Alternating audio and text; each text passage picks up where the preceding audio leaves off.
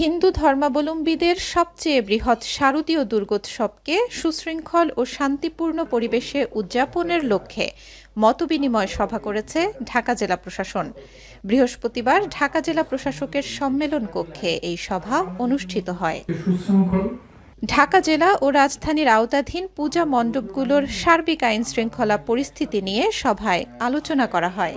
ঢাকা জেলা প্রশাসক তানভীর আহমেদের সভাপতিত্বে মতবিনিময় সভায় উপস্থিত ছিলেন ঢাকা জেলা পুলিশ সুপার আহমেদ মুঈদ সহ বাংলাদেশ পূজা উদযাপন পরিষদের কেন্দ্রীয়, মহানগর এবং জেলা উপজেলা কমিটির নেতৃবৃন্দ এবং ঢাকা জেলা প্রশাসনের বিভিন্ন পর্যায়ের কর্মকর্তাগণ।